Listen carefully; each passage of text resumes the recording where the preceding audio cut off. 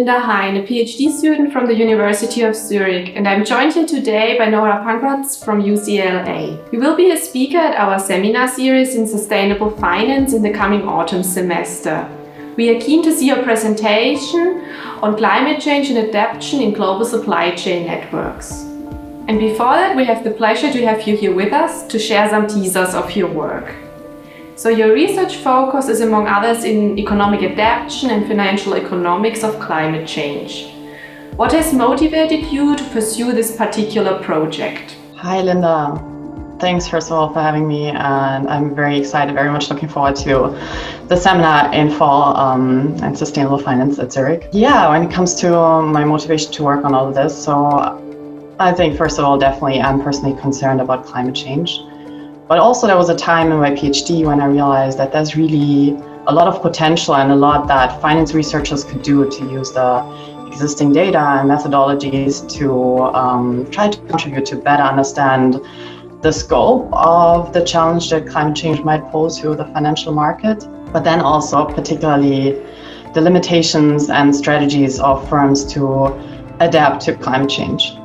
And all in all, I think it's really still through this potential that I'm really excited about the work in this area. That's great that you share a personal passion and also want to explore the methodology and data and combine it with sustainable finance. So could you tell us one key insight from your paper that could inspire the work of other researchers in the area of sustainable finance? Sure, and I'm afraid this key insight might be two interrelated key insights.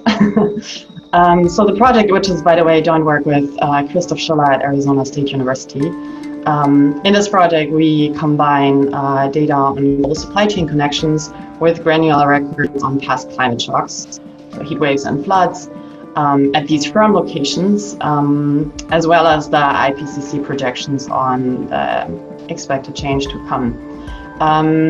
Yeah, and I think the first of the insights is, or the first of the results that we find is that if suppliers are hit by climate shocks, such as heat waves and floods, we do find that not only the financial performance of the supplier, but also the financial performance of customer firms, even of customers that are not located anywhere near the supplier, are affected.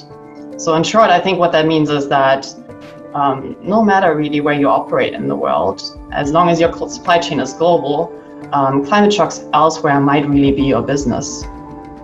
And then the second insight, so to say, that really links into this is that we also do find that it seems that firms react to these financial shocks that come through the supply chain. And what I mean by that is that we do have some evidence that if the frequencies of climate shocks at supplier locations become more intensive, so if there are more climate shocks during the relationships than the customers expected at entering these relationships, it becomes less likely that customer firms maintain these relationships in the long run.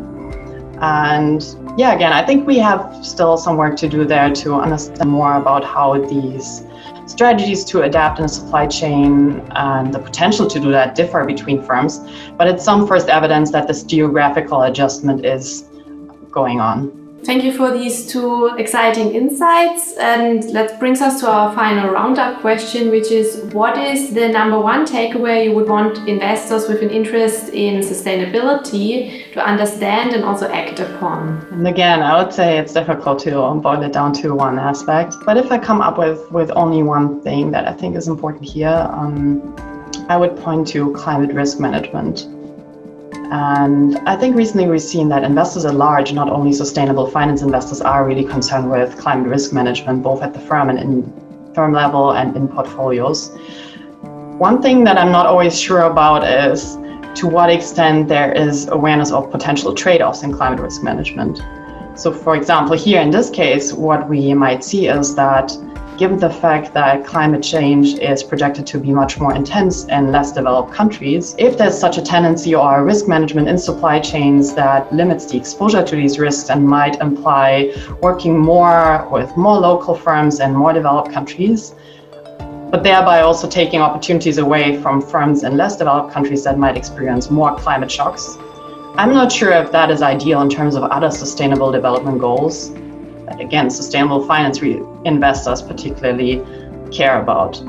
So As a takeaway, I think one thing that would be really great here is if investors are aware of these potential trade-offs, if investors raise questions about them, and perhaps even start a conversation about alternative strategies, such as building resilience together with exposed suppliers instead of just cutting ties. Thank you very much, Nora, for your time. Great to have you at our seminar on the 17th of December. Take care. Thank you, Linda. Again, very much looking forward.